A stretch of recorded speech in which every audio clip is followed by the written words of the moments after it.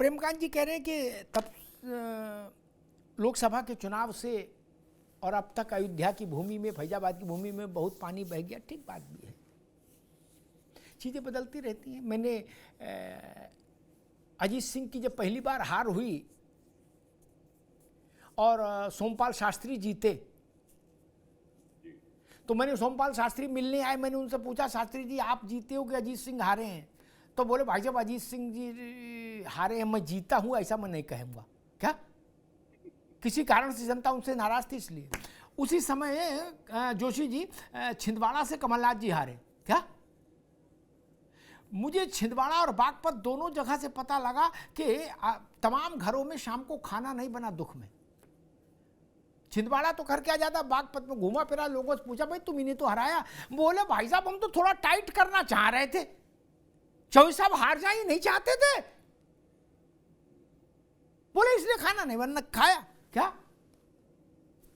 ये सेंटिमेंट है भारत का। कई बार जनता चाहती थोड़ा पेच कस दें। अब इसमें कोई कंप्यूटर तो है नहीं, जनता है, पेच ज्यादा कस गया, चूड़ी टूट गई। लेकिन पब्लिक उसका कोर्स करेक्शन भी तुरंत करती है। क्या इंदिरा गांधी हराई गई? क्या ये गुस्सा था, हराना है, हरा दिया। राजनारायण ने इंदिरा गांधी को हरा दिया। रविंद्र सिंह नाम के एक नौजवान ने संजय गांधी को पटक दिया। लेकिन जनता को 2-2.5 साल में लगा कि ना भाई इंदिरा गांधी को रहना चाहिए। लो बदल गया मन। मेरा मानना है कि उत्तर प्रदेश में जो बाय इलेक्शन हुए, उन्होंने एक नई इबारत लिखने का काम किया है। कई बार हम दूसरों के किसी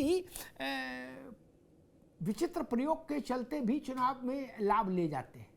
ये चुनाव, इसका कोई आज तक एक फॉर्मूला एक नहीं जीत का, और हार के भी कोई एक कारण नहीं। 100 कारण हार के, जीत के भी 100 कारण। लेकिन मिल्कीपुर इस मामले में याद किया जाएगा कि वहां 3 उम्मीदवार दलीय आधार पर पर्चा भरे और तीनों पासी समाज से। मेरे जैसा छोटी दिमाग का व्यक्ति नहीं समझ पा रहा कि ऐसी क्या व्यवस्था थी। और पासी समाज का जो वोट है 55,000 60,000 जो भी मानिए, उसमें 3 हिस्सा तो हो गई। हिस्सा बड़ा छोटा हो सकता है, लेकिन मैं ये नहीं मान सकता कि हिस्सा ना हो। अपनी रिश्तेदारी भर का वोट तो हर तीनों में हर आदमी उम्मीदवार पाएगा। तो जोशी जी, ऋचा जी, विजय जी, सब लोग मेरी बात से सहमत होंगे, तिवारी जी भी, कि पासी समाज का जो वर्चस्व है मिल्कीपुर में, वो इस चुनाव में खत्म हो जाएगा।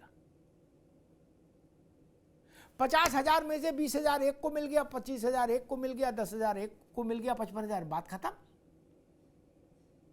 उतना वोट तो बहुतों के पास है, बहुत और तमाम जातियों के पास है।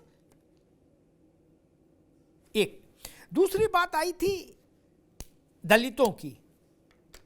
ये सियासत है और बड़ी विचित्र सियासत है। मुझे याद है 2012 का चुनाव चल रहा था, प्रचार,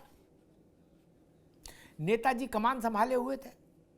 नेताजी ने कहा था कि जितने पार्क मायावती ने बनवाए हैं, जहां ये हाथी खड़े किए हैं और मूर्तियां लगाई हैं, हमारी सरकार आई तो बुलडोजर चला देंगे सब। क्या? और मायावती को जेल भेज देंगे भ्रष्टाचार के आरोप में।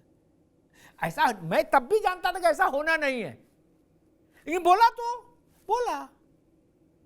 यही सियासत है।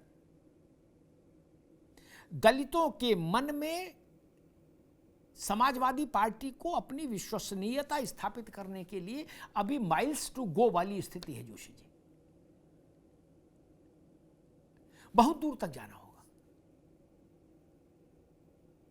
आपके पास मायावती की पार्टी से जो वोट छिटका है, उसका छोटा हिस्सा आया।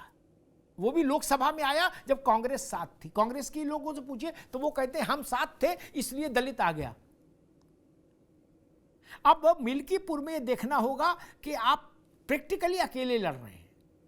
लिखत पढ़त में हो सकता है कांग्रेस भी कहे हम समर्थन में, लेकिन प्रैक्टिकली अकेले लड़ रहे हैं।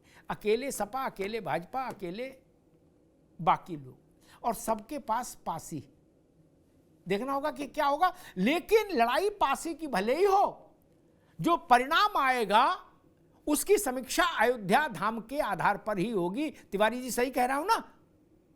परिणाम वाले दिन पासी कोई नहीं याद करेगा ऋचा जी, तब अयोध्या के नाम पर चर्चा होगी, राम मंदिर के नाम पर चर्चा होगी। ध्यान रखिएगा। धन्यवाद।